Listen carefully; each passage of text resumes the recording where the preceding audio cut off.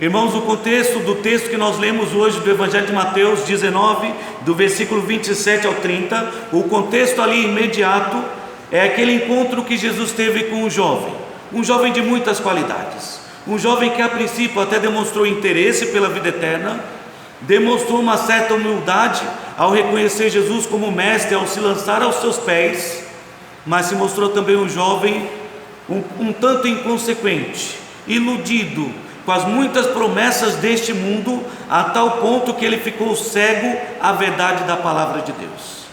Achava que podia entrar nos céus por meio de alguma obra boa que pudesse realizar, achava que podia chegar aos céus por meio de seguir mandamentos, a obediência de mandamentos, e por fim achou que poderia servir a Deus amando ainda as coisas deste mundo.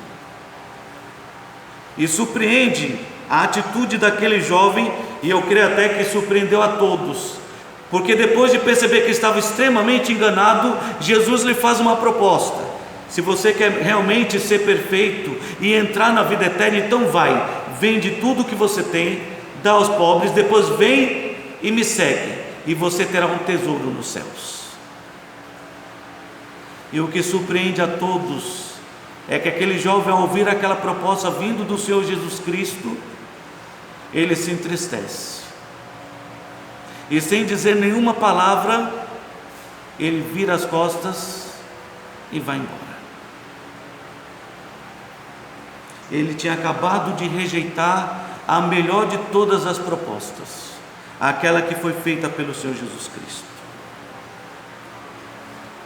E ele fez isso porque tinha muitos bens, muitas propriedades. Ele não conseguiu perceber que aquilo que Cristo estava oferecendo era o melhor. E parece que tem se tornado cada vez comum nos dias de hoje as pessoas não perceberem que o que Cristo está oferecendo é melhor. Elas estão tão atentas às coisas deste mundo que acham até que seguir a Cristo é perca de tempo, é um desperdício da nossa vida. Seguir a Cristo, uma atitude que tem se tornado cada vez maior, mais frequente, talvez uma atitude comum, porque talvez como Pedro e os demais discípulos, muitos hoje não conseguem entender o quanto ganham seguindo a Jesus Cristo. E eu digo isso porque depois de tudo o que aconteceu, Pedro se volta para Jesus Cristo e lhe pergunta: Senhor, ele não conseguiu deixar as coisas para te seguir, mas nós deixamos tudo. É verdade que a situação era diferente. Aquele homem tinha muitas propriedades, mas o que tinha Pedro? Um pequeno barco e o seu ofício de pescador. Mas não despreze, como Cristo não desprezou aquilo que Pedro tinha, porque provavelmente Cristo considerou como aquelas 2 moedas da viúva. Quando todos tiravam do bolso aquilo que tinham em abundância, aquela viúva tirou tudo o que tinha, 2 moedas. E aí Cristo pergunta: quem deu mais? Ela deu tudo o que possuía. E foi exatamente o que Pedro expressou aqui, porque se você ler os evangelhos, e já leu, creio que nós já lemos, já passamos por isso, nós vimos que quando Cristo saiu a chamar os seus discípulos, ele disse: vem e segue-me. E o que eles fizeram? Deixaram tudo e seguiram a Jesus Cristo. Deixaram o pai com quem estavam ali recuperando, restaurando as redes, deixaram a embarcação, tudo o que tinham naquele momento, e foram atrás de Jesus Cristo. Então Pedro se volta para Jesus e diz: Senhor, nós deixamos tudo, o que nós ganhamos com tudo isso? Qual é a nossa situação? Como é que nós estamos diante do Senhor? E é aqui neste ponto, irmãos, que precisamos prestar muita atenção, porque precisamos entender com a história deste jovem rico e com a pergunta de Pedro, que embora o mundo tenha muitas coisas para nos oferecer, que pareçam coisas boas, prazerosas e agradáveis, o que o mundo tem para nos oferecer jamais se comparará com aquilo que Deus nos oferece. a melhor recompensa vem do Senhor. E essa lição que precisa ser gravada em nossos corações nesta noite. A melhor recompensa vem do Senhor. É fácil lembrar, não é? Porque Jesus Cristo estava oferecendo algo melhor para aquele jovem e ele não aceitou. E eu espero que você nesta noite não cometa o mesmo erro. O que Deus tem para te oferecer é incomparável, incomparavelmente melhor. Então preste atenção.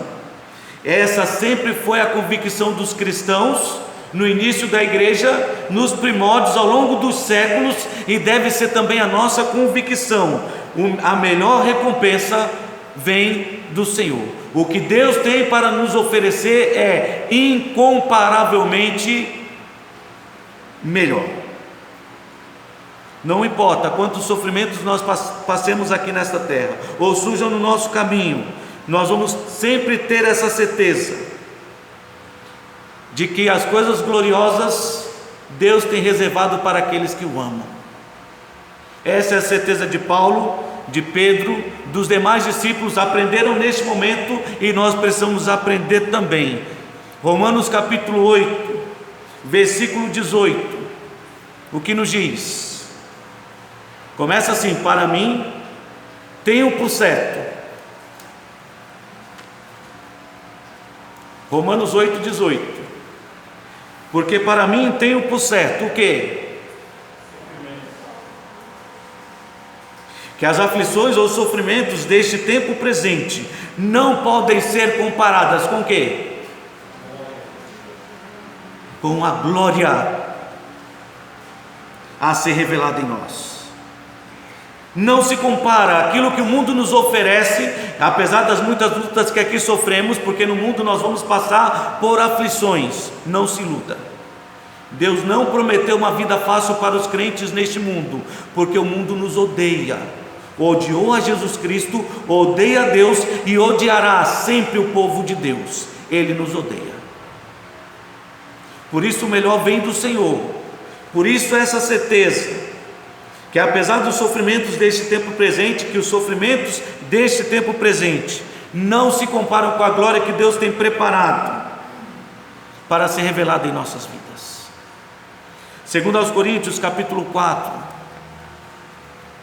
ainda seguindo este pensamento, nós vemos Paulo declarar que muitas vezes ele também se sentia abatido, triste, aflito. Segundo aos Coríntios capítulo 4,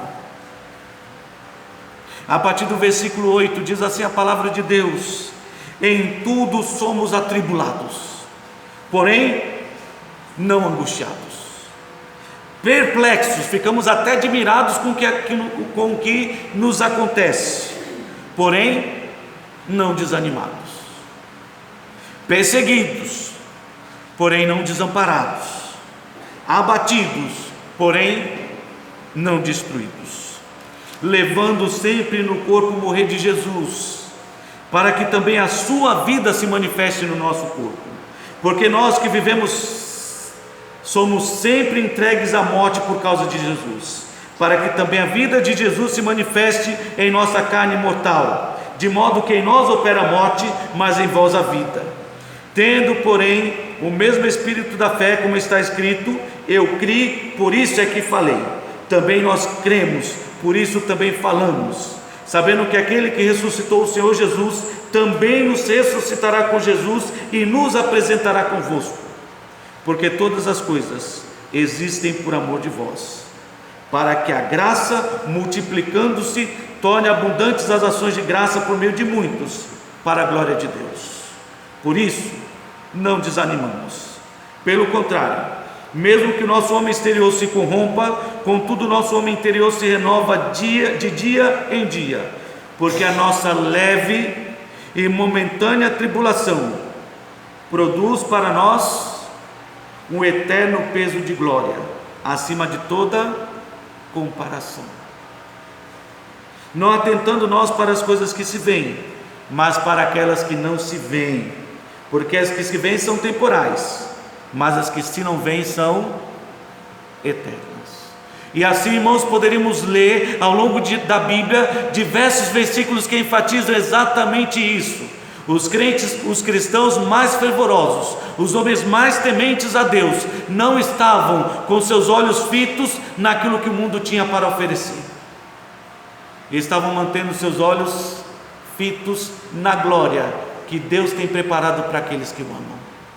Por isso podemos ter como eles esta certeza que a melhor recompensa vem do Senhor, que aquilo que Deus tem para nos oferecer é incomparavelmente melhor. Coloque essa verdade no seu coração, porque a recompensa que Deus nos dá, ela é, segundo esses versículos que nós lemos, cheia de glória, ela é gloriosa. E voltando então para Mateus capítulo 19, nós percebemos que a recompensa que Deus nos dá, ela é gloriosa. E a primeira recompensa que nós vemos aí é um reino glorioso. Então lhe falou Pedro: eis que nós tudo deixamos e te seguimos, que será pois de nós? Jesus então lhe respondeu: em verdade eu vos digo, que vós, os que me seguistes, quando na regeneração o Filho do Homem se assentar no trono da sua glória, também vos assentareis em 12 tronos para julgar as 12 tribos de Israel. Jesus disse para os discípulos: fiquem tranquilos, porque vocês serão recompensados. E essa recompensa será gloriosa. Quando o Filho vier na regeneração, quando surgirem novos céus e uma nova terra, quando Ele vier para reinar em glória, nós participaremos deste reino glorioso, reinando com Cristo ao seu lado, assentados no seu trono de glória, é o que nos confirma a sua palavra. Quando surgirem novos céus e nova terra, quando tudo isso acontecer de forma gloriosa, estaremos juntamente com Cristo. O Evangelho de João capítulo 12, versículo 26, Jesus confortou os seus discípulos com esta promessa: onde eu estiver, vocês estarão comigo. Podem crer, onde eu estiver, vocês estarão comigo. Evangelho de João capítulo 12, versículo 26 diz assim: se alguém me serve, siga-me, e onde eu estou, ali estará também o meu servo, e se alguém me servir, o Pai o honrará. E aí você pode perceber a ligação que há entre este verso e o texto do Evangelho de Mateus 19. Você consegue imaginar honra maior do que estar ao lado de Cristo, assentado ao seu lado num trono de glória? Você consegue imaginar honra maior do que essa? Eu me assentarei no trono do meu Pai, e vocês se assentarão junto comigo. Não existe honra maior, não existe glória maior do que poder participar deste reino glorioso de Jesus Cristo. Não existe. Colossenses capítulo 3, versículo 4, diz que quando Ele se manifestar de forma gloriosa, nós estaremos ali do seu lado, de forma igualmente gloriosa. Colossenses capítulo 3, versículo 4.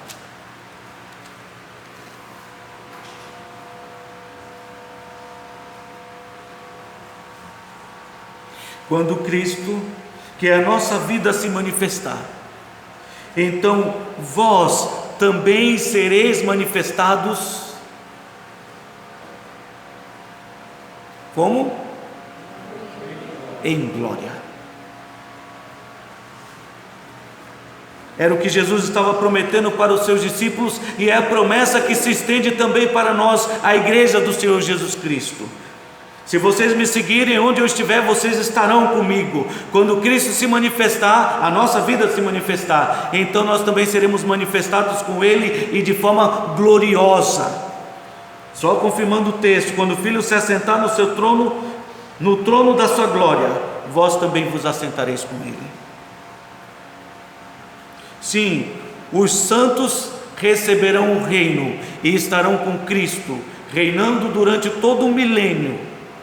O que nós cremos acontecerá depois do arrebatamento da igreja, depois da grande tribulação. Então Cristo virá de forma gloriosa, junto com os santos que foram transformados, aqueles que ressuscitaram e aqueles que tiveram seu corpo transformado de forma gloriosa, virão para reinar durante 1000 anos.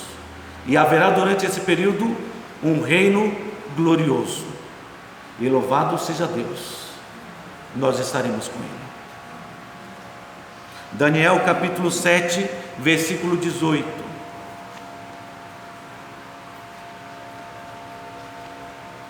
Fato é, meus queridos irmãos, que se fôssemos falar de todas as recompensas que Deus tem prometido para os seus servos, para aqueles que são fiéis e tementes a Deus, nós passaremos não uma noite inteira, mas poderíamos passar a vida inteira falando dessas recompensas e jamais elas se esgotariam, porque são muitas. Daniel capítulo 7, versículo 18: mas os santos do Altíssimo receberão o reino e o possuirão para todo sempre, de eternidade em eternidade. Amém. Louvado seja Deus. Daniel, nas muitas visões que teve do futuro, das coisas que aguardavam a sua nação e o povo de Deus, ele teve esta revelação de que os santos do Altíssimo receberão o reino e o possuirão para todo sempre, de eternidade a eternidade. E talvez, para que não reste dúvida, porque talvez alguém possa questionar, mas aí não está falando da igreja. Então quero convidá-lo a abrir sua Bíblia em Apocalipse capítulo 3. Apocalipse capítulo 3, dentre as muitas cartas escritas por meio de João às igrejas, e estava a carta à igreja de Laodiceia, uma igreja que achava que estava bem, muito bem, tão bem que Cristo ficou do lado de fora. Precisamos tomar muito cuidado, irmãos. Às vezes as coisas caminham tão bem em nossas vidas que nós deixamos Deus de lado, esquecemos do Senhor. Não foi à toa que Davi, ao orar a Deus, disse: Senhor, que o Senhor não me dê demais, para que tendo em abundância eu me esqueça do Senhor, nem me dê de menos, para que sentindo falta eu venha blasfemar contra o teu santo nome. Me dê só aquilo que eu necessito. E talvez este pensamento deveria estar presente no coração daquele jovem. Ele não entendeu isso, mas nós temos a oportunidade de aprender. Apocalipse capítulo 3, é fato que do versículo 14 começa a descrição da situação daquela igreja que achava que tinha tudo, mas eu quero que você preste muita atenção a partir do versículo 19, onde o Senhor da igreja, o Senhor Jesus Cristo, se voltando para aquela igreja, diz: eu repreendo e disciplino a quantos amo. Sê, pois, zeloso e arrepende-te, se converta de fato, porque você não é convertido. Eis que eu estou à porta e bato. Se alguém ouvir a minha voz e abrir a porta, entrarei em sua casa e cearei com ele e ele comigo. E ao vencedor, aquele que tiver a capacidade de abrir a porta do seu coração e deixar Cristo entrar, que se converter de fato, Ao vencedor, aquele que receber a Cristo, dar-lhe-ei o privilégio de quê? Sentar-se comigo no meu trono, assim como também o venci e me sentei com meu Pai no seu trono. Quem tem ouvidos, ouça o que o Espírito diz para quem? Às igrejas. Embora a carta tenha sido destinada à igreja de Laodiceia, a sua mensagem não é só para elas, só para ela, é para todas as igrejas de Cristo. Significa, é para você.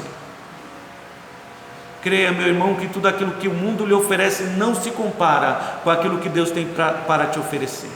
Ele oferece para você um reino glorioso,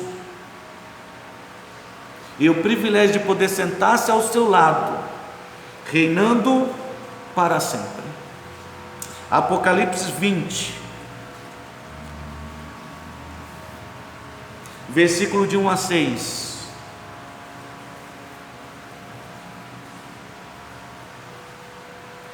Descrevendo aquele período do milênio. Então diz assim a palavra de Deus: então vi descer do céu um anjo, tinha na mão a chave do abismo e uma grande corrente.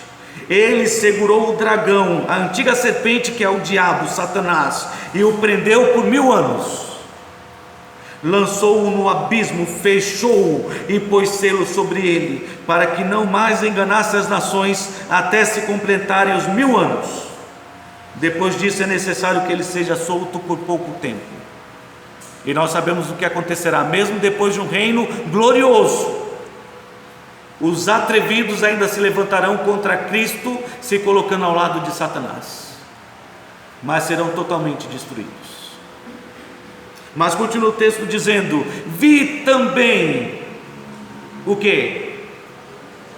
Tronos, e nestes sentaram-se aqueles aos quais foi dada autoridade de julgar. Vi ainda as almas dos decapitados por causa do testemunho de Jesus, bem como por causa da palavra de Deus, tantos quantos não adoraram a besta, nem tampouco a sua imagem, e não receberam a marca na fronte e na mão, e viveram e reinaram com Cristo durante 1000 anos.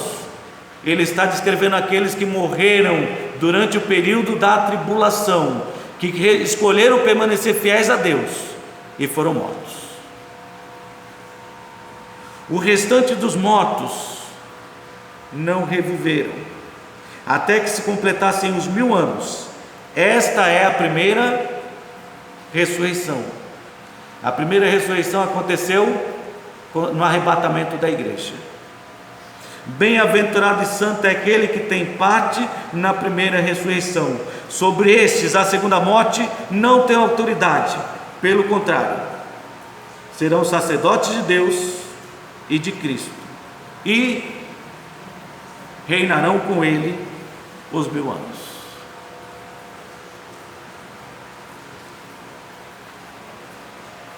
Então, irmão, olhe para a palavra de Deus, aquilo que Jesus estava apresentando para os seus discípulos. Não se preocupem, vocês fizeram a escolha certa. Aquele jovem rejeitou os tesouros celestiais que eu havia prometido para ele, mas vocês fizeram a escolha certa, deixando tudo para me seguir, porque aqueles que me seguem reinarão comigo, vão desfrutar de um reino glorioso, incomparável, e que será, sem dúvida, incomparavelmente melhor a tudo que o mundo possa te oferecer. A tudo que o mundo possa te oferecer, porque o mundo dá e ele toma, mas aquilo que Deus nos dá permanecerá para todo sempre. Mas essa não é a única recompensa mencionada pelo Senhor Jesus Cristo nesse texto. Ele fala de um reino glorioso, mas fala também de uma família gloriosa. Versículo 29, ele diz: e todo aquele que tiver deixado casas, ou irmãos, ou irmãs, ou pai, ou mãe, ou mulher, ou filhos, ou campos, por causa do meu nome, receberá muitas vezes mais.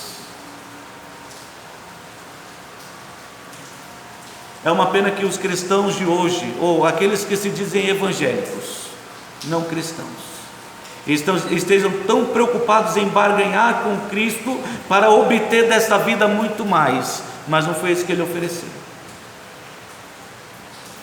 100 vezes mais ele estava oferecendo num reino glorioso por vir e numa família gloriosa no presente, a família de Cristo, não qualquer família. Porque nós sabemos, irmãos, que no ato da nossa conversão, os primeiros que se tornam de certa maneira nossos inimigos e obstáculos na nossa vida são os nossos familiares.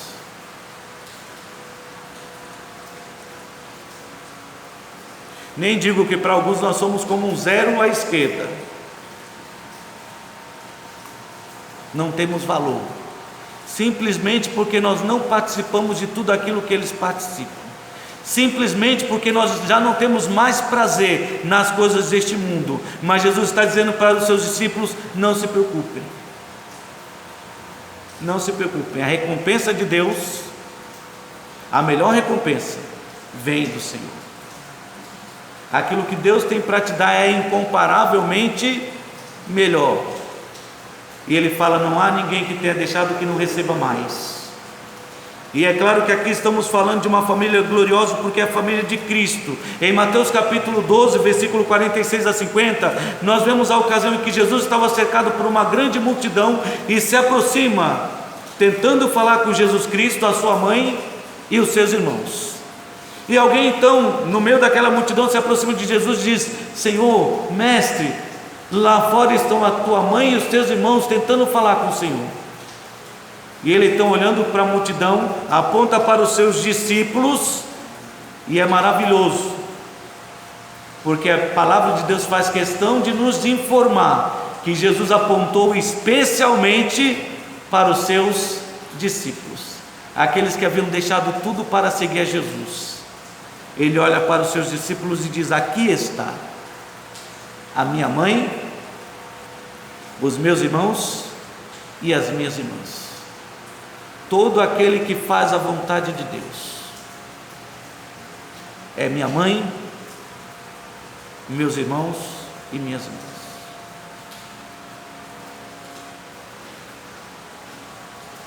Não foi à toa que João capítulo 11, versículo 11 a 13, nos diz que ele veio para o que era seu, mas os seus não receberam. Mas a todos quanto receberam, essa é a vontade de Deus, da qual Jesus se referia. Mas a todos quanto receberam, deles o poder de serem feitos filhos de Deus, a saber, aos que creem no seu nome. O que deixa bem claro que nem todo homem é de fato filho de Deus. Versículo 13 deixa isso bem claro: os quais não nasceram do sangue, nem da vontade da carne, nem da vontade do homem, mas da vontade de Deus. No momento em que recebemos Cristo como nosso Salvador, somos feitos filhos de Deus. Foi com esse propósito que Cristo veio ao mundo. Gálatas capítulo 4, versículo 4 a 7.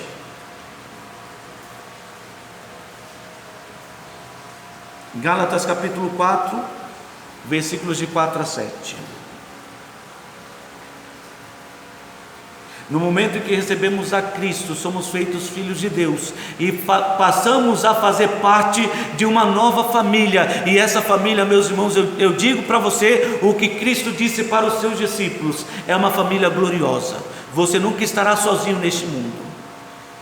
Onde você estiver, para o lugar para onde você for, seja onde for, se houver um crente, haverá para você lá uma família. O lugar onde você será acolhido, recebido. E é incrível. Eu não sei se você já teve essa experiência, eu já. Mas é incrível que onde nós chegamos é como se nós já nos conhecêssemos há muito tempo. Não existe essa distância. Não somos mais estranhos.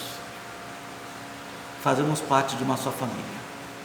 Gálatas capítulo 4, versículo 4 diz assim: que vindo porém a plenitude do tempo, Deus enviou seu Filho, nascido de mulher, nascido sob a lei. Ou seja, vindo a plenitude do tempo é no momento exato, no tempo determinado por Deus, Ele veio para resgatar os que estavam debaixo da lei, a fim de que recebêssemos a adoção de filhos. E porque vós sois filhos, enviou Deus ao nosso coração o Espírito do seu Filho, que clama o quê? Abba, Pai. O Espírito confirma com o nosso espírito que nós somos filhos de Deus. Como disse João, primeira carta de João capítulo 3, amados, agora sim, nós somos filhos de Deus. E isso é maravilhoso. Continuando aqui o texto: de sorte que já não és mais escravo, porém filho, e sendo filho, sois também herdeiro de Deus. O mundo vai tentar te seduzir e te enganar, te oferecer muitas coisas, até uma falsa amizade, como aquela que Davi estava mencionando no salmo que lemos hoje pela manhã, o salmo de número 144. Aqueles homens que lhe ofereciam a direita, mas uma direita de falsidade. É assim que o mundo faz, nos oferece certos amigos que estão do nosso lado apenas por interesse. Quando passa o interesse, eles nos abandonam. Mas Cristo nos oferece uma família, a sua família, uma nova família, uma família gloriosa, com a qual nós estamos ligados permanentemente pelo vínculo da perfeição do seu amor e do seu Santo Espírito, que clama nos confirmando: somos filhos de Deus, somos parte de um só povo, somos da família da fé. Gálatas capítulo 6, versículo 10. Somos sim de uma mesma família, a família da fé. Por isso, irmãos, enquanto tivermos oportunidade, façamos o bem a todos, mas principalmente aos da nossa nova família, a família da fé.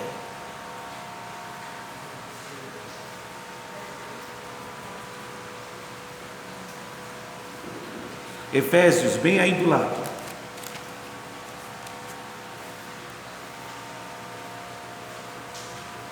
E é maravilhoso ver neste texto como Deus nos acolheu. Nós que estávamos nesse mundo nos sentindo perdidos, talvez abandonados ou sozinhos, porque há muitas pessoas que assim se sentem. Embora estejam cercados por uma grande multidão, mesmo no meio de uma grande multidão, eles conseguem se sentir isolados, sozinhos, solitários. Mas louvado seja Deus, porque o seu amor nos alcançou, e por sua graça Ele nos deu uma nova família, e essa é a recompensa que aguarda todos aqueles que, abandonando o mundo, escolhem seguir a Jesus Cristo. Este privilégio, esta sensação de ser acolhido. Efésios capítulo 2, versículo 19 a 21. Assim, meus queridos, já não sois estrangeiros e peregrinos, mas concidadãos dos santos, e sois agora da família de quem? De Deus, edificados sobre o fundamento dos apóstolos e profetas, sendo Ele mesmo, Cristo Jesus, a pedra angular, no qual todo edifício bem ajustado cresce para santuário dedicado ao Senhor, do qual também vós juntamente estáis sendo edificados para a habitação de Deus no Espírito. Vós, como uma só família, um só corpo em Cristo. Mas eu gosto disso, vós, uma só família.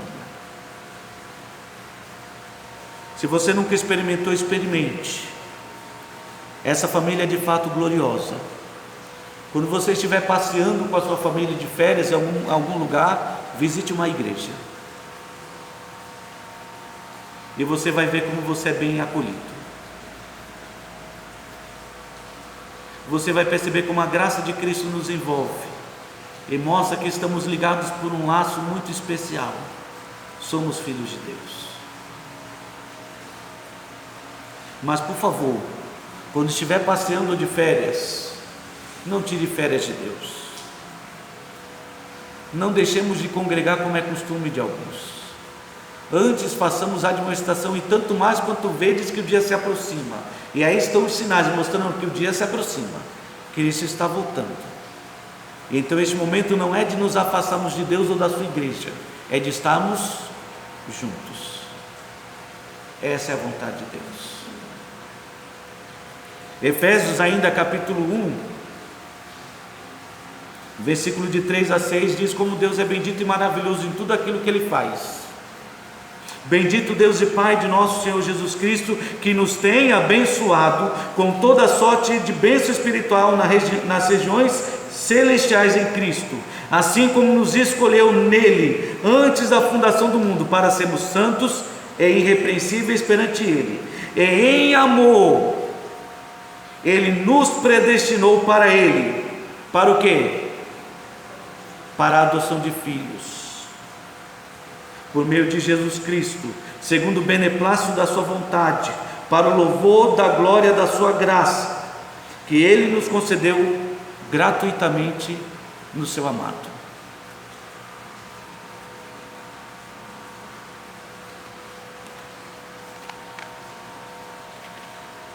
Irmãos, eu aprendi certa vez que a escolha aqui de Deus não se refere à salvação, como muitos assim o afirmam, mas que Deus escolheu todo salvo para ser filho de Deus.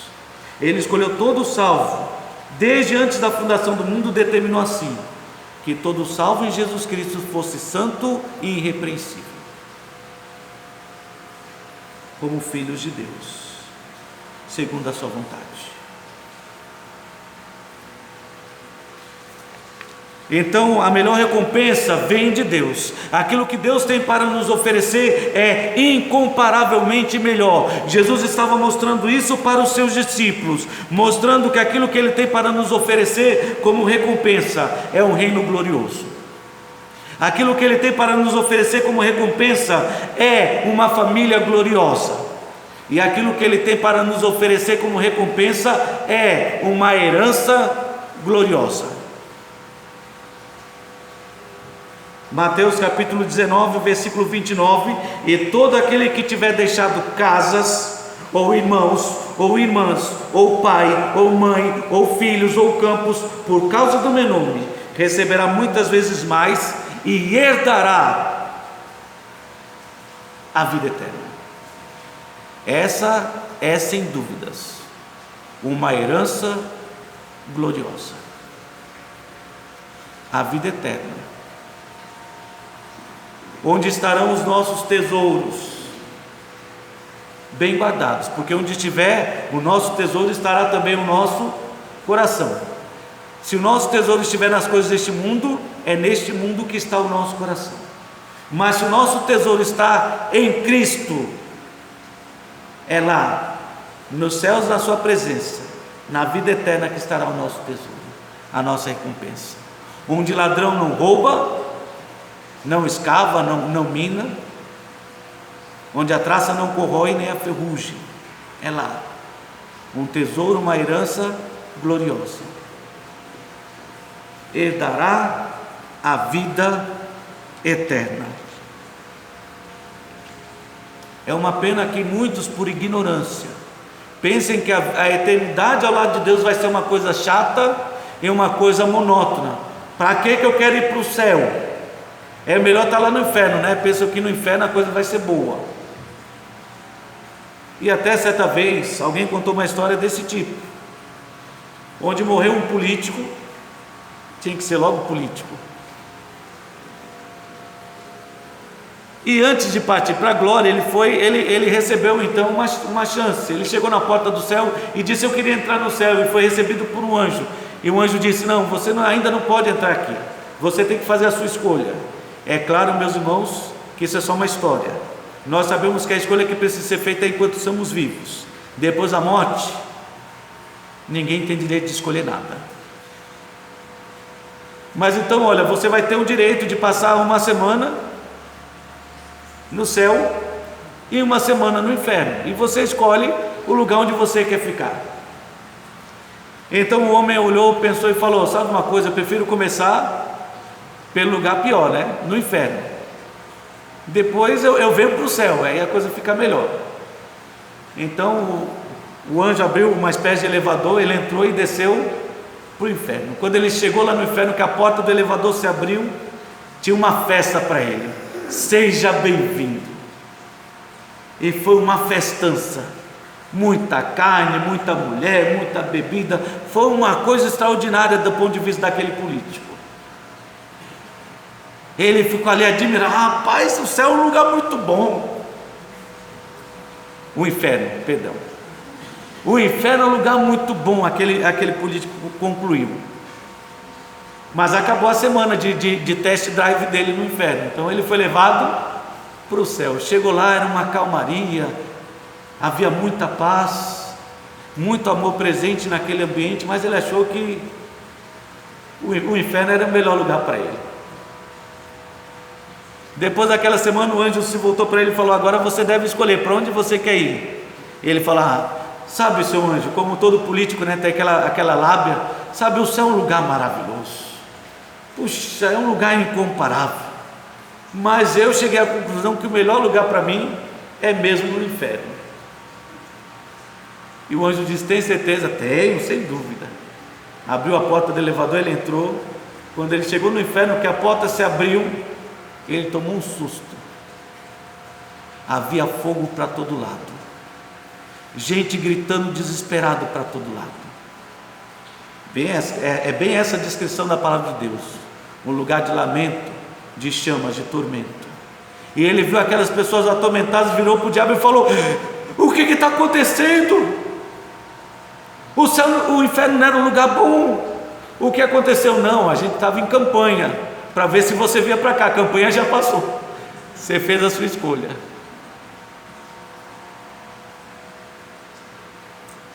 Infelizmente, embora a gente dê risada dessa situação, é exatamente o que acontece nos dias de hoje. Aquele jovem rejeitou a Cristo porque ele achou que as coisas do mundo eram melhores. Há muitas pessoas hoje rejeitando a Cristo porque ainda acham que as coisas daqui são melhores e que lá no céu vai ser uma eternidade monótona.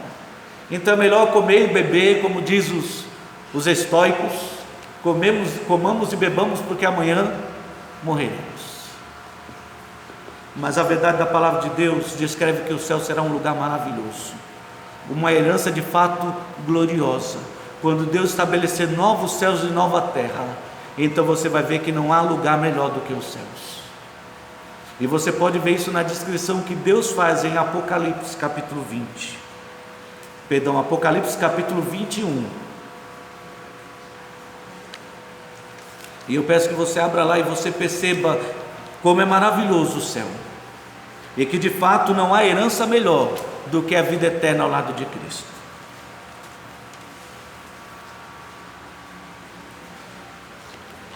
Os discípulos deixaram tudo sem nem saber qual era a recompensa.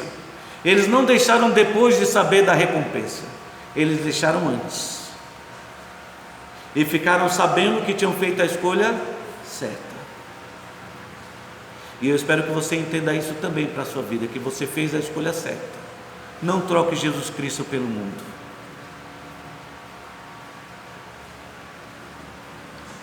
Apocalipse 21, a partir do verso 1.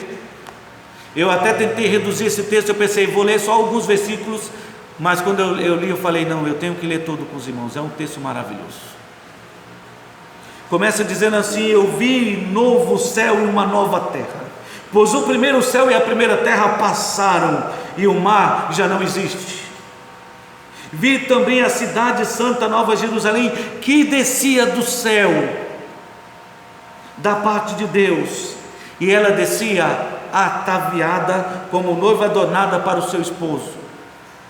Se você já participou de um casamento, meu querido, você sabe o quanto esse momento é especial. Todos ficam aguardando exatamente esse momento, quando o piano ou o som do ambiente muda, e todos sabem quem está chegando? A noiva. E todos esperam ver a noiva como? A coisa mais linda de todas. E João compara com isso a descida da cidade celestial. Era uma coisa que encantava os olhos. Era bela. Ele só encontrou o exemplo da noiva para descrever quão belo era aquele lugar. Um novo céu e uma nova terra, porque as coisas velhas passaram.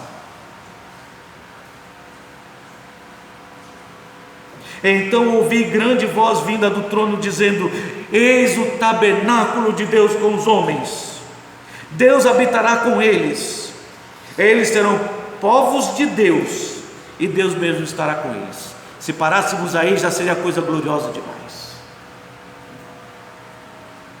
Imaginar que Deus, a fonte de amor, estará do nosso lado, de toda misericórdia e bondade estará conosco. Ele está conosco hoje, mas ali a sua presença estará de forma gloriosa. O tabernáculo de Deus com os homens, talvez a mesma glória que viu Moisés, quando depois de terminar a construção do tabernáculo, a palavra de Deus nos diz que a glória do Senhor encheu aquele lugar, e os homens ficaram apavorados, porque a glória era um brilho intenso, era algo grande demais para os homens. Mas nós já não vamos temer mais isso, porque vamos desfrutar de novos corpos, um corpo glorificado, para estar na presença do Senhor. Mas o texto segue dizendo: Elias enxugará dos olhos toda lágrima. Aí começa a descrever que lugar maravilhoso, não haverá mais motivos para chorar.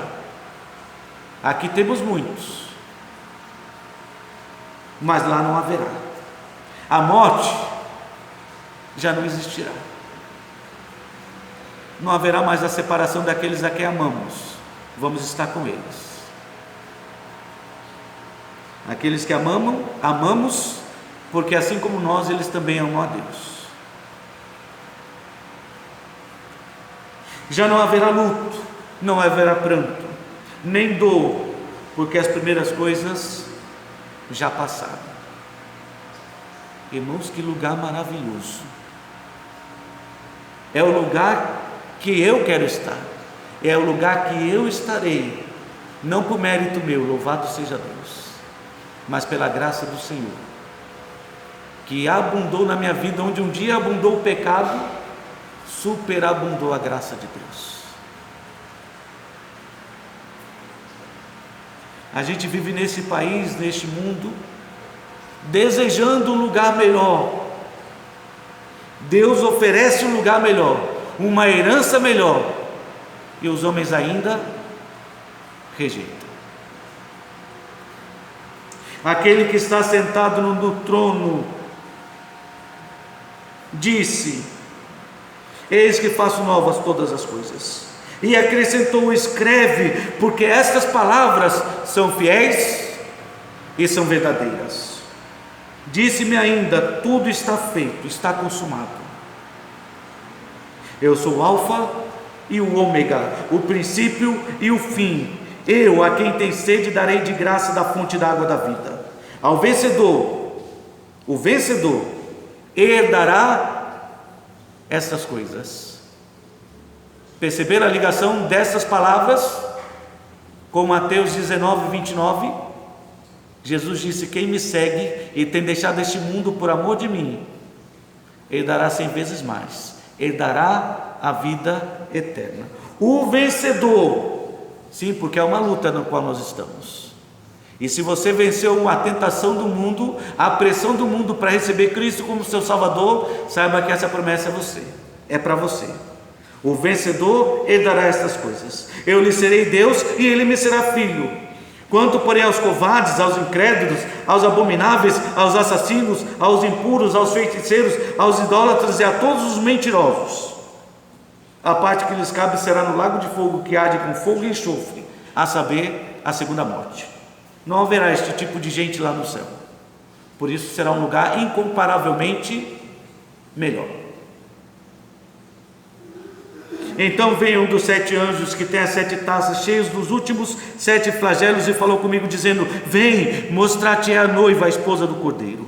E me transportou o Espírito até uma grande e elevada montanha e me mostrou a santa cidade, Jerusalém, que descia do céu da parte de Deus, a qual tem a glória de Deus. É por isso que a herança que Deus nos dá, a vida eterna, é gloriosa, porque tem a glória de Deus. O seu fulgor era semelhante a uma pedra preciosíssima, como pedra de jaspe cristalina. Tinha grande e alta muralha, 12 portas, e junto às portas 12 anjos, e sobre elas nomes escritos, que são os nomes das 12 tribos dos filhos de Israel. 3 portas fechavam a leste, 3 ao norte, 3 ao sul, 3 ao oeste. A muralha da cidade tinha 12 fundamentos, e estavam sobre estes os 12 nomes dos 12 apóstolos do Cordeiro. Aquele que falava comigo tinha por medida uma vara de ouro para medir a cidade, as suas portas e a sua muralha. A cidade é quadrangular, de comprimento e largura iguais, e mediu a cidade com a vara até 12.000 estádios. O seu comprimento, largura e altura são iguais. Mediu também sua muralha, 144 côvados, medida de homem, isto é, de anjo. A estrutura da muralha é de jaspe. Também a cidade é de ouro puro, semelhante a vidro límpido.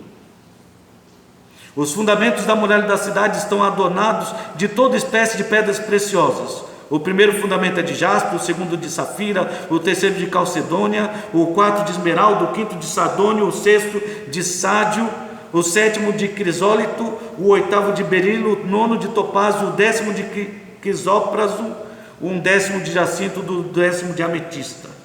As 12 portas são 12 pérolas, e cada uma destas portas de uma só pérola. A praça da cidade é de ouro puro, como vidro transparente. Irmão, aqui está a descrição da perfeição de Deus, de tudo aquilo que Deus faz, como é perfeito e como é glorioso. E essa é a herança que nos aguarda na vida eterna.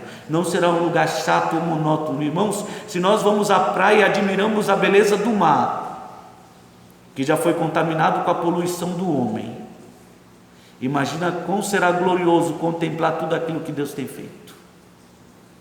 Os novos céus, uma nova terra, essa cidade maravilhosa, limpa da impureza e da contaminação do pecado. Há certas coisas que nós olhamos e ficamos assim encantados. Tente imaginar como será no céu. Como será, segundo a descrição de Isaías, poder correr sem se cansar, sem sentir dor, poder voar como os anjos. Imagine como será teu corpo como de Cristo, capaz de transpassar uma parede e ao mesmo tempo sentir o toque das coisas. Será uma coisa gloriosa. Nela, versículo 22, não vi santuário, porque o seu santuário é o Senhor, o Deus Todo-Poderoso e o Cordeiro. A cidade não precisa nem de sol, nem de lua para lhe darem claridade, pois a glória de Deus a iluminou, e o Cordeiro é a sua lâmpada. As nações andarão mediante a sua luz, e os reis da terra lhe trazem a sua glória. As suas portas nunca jamais se fecharão de dia, porque nela não haverá noite. Ele trará a glória e a honra das nações. Também não vão precisar trancar as portas, porque não haverá mais ladrão. Nela nunca jamais penetrará coisa alguma contaminada, nem o que pratica abominação e mentira, mas somente os escritos no livro da vida do Cordeiro. É isso que espera como recompensa aquele que escolheu servir a Cristo, aquele que escolheu seguir a Cristo. Então me mostrou o rio de água da vida, brilhante como cristal, que sai do trono de Deus e do Cordeiro. No meio da sua praça, de uma a outra margem do rio, está a árvore da vida, que produz 12 frutos, dando o seu fruto de mês em mês, e as folhas da árvore são para a cura dos povos. Nunca mais haverá qualquer maldição. Nela estará o trono de Deus e do Cordeiro, e os seus servos o servirão, contemplarão a sua face, e a sua fronte está e na sua fronte está o nome dele. Então já não haverá noite, nem precisam eles de luz de candeia, nem da luz do sol, porque o Senhor Deus brilhará sobre eles, e reinarão pelos séculos dos séculos.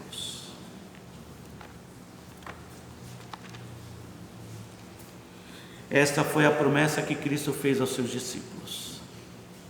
E é a promessa que Cristo estende para todos aqueles que tomam a decisão de segui-lo, que compreenderam que a melhor recompensa é aquela que vem do Senhor, que o que Deus tem para nos oferecer é incomparavelmente melhor. Um reino glorioso, uma família gloriosa, uma herança gloriosa. Os primeiros, muitos primeiros serão os últimos, e os últimos serão primeiros, e nós vamos entender isso na próxima mensagem. Quem serão os primeiros, quem serão os últimos. Mas não importa se você é o primeiro ou se você é o último. A verdade é que, sendo o primeiro ou sendo o último, o que importa é que você será recompensado pelo Senhor, e essa recompensa é para você. Que Deus nos ajude a mantermos sempre os nossos olhos fitos no Senhor, e no nosso coração essa certeza de que a melhor recompensa vem do Senhor. Não importa o que o mundo nos ofereça, não vamos nos afastar, não vamos abandonar Cristo, vamos permanecer firmes, certo de que coisas melhores esperam aqueles que amam a Deus. Que Deus nos abençoe.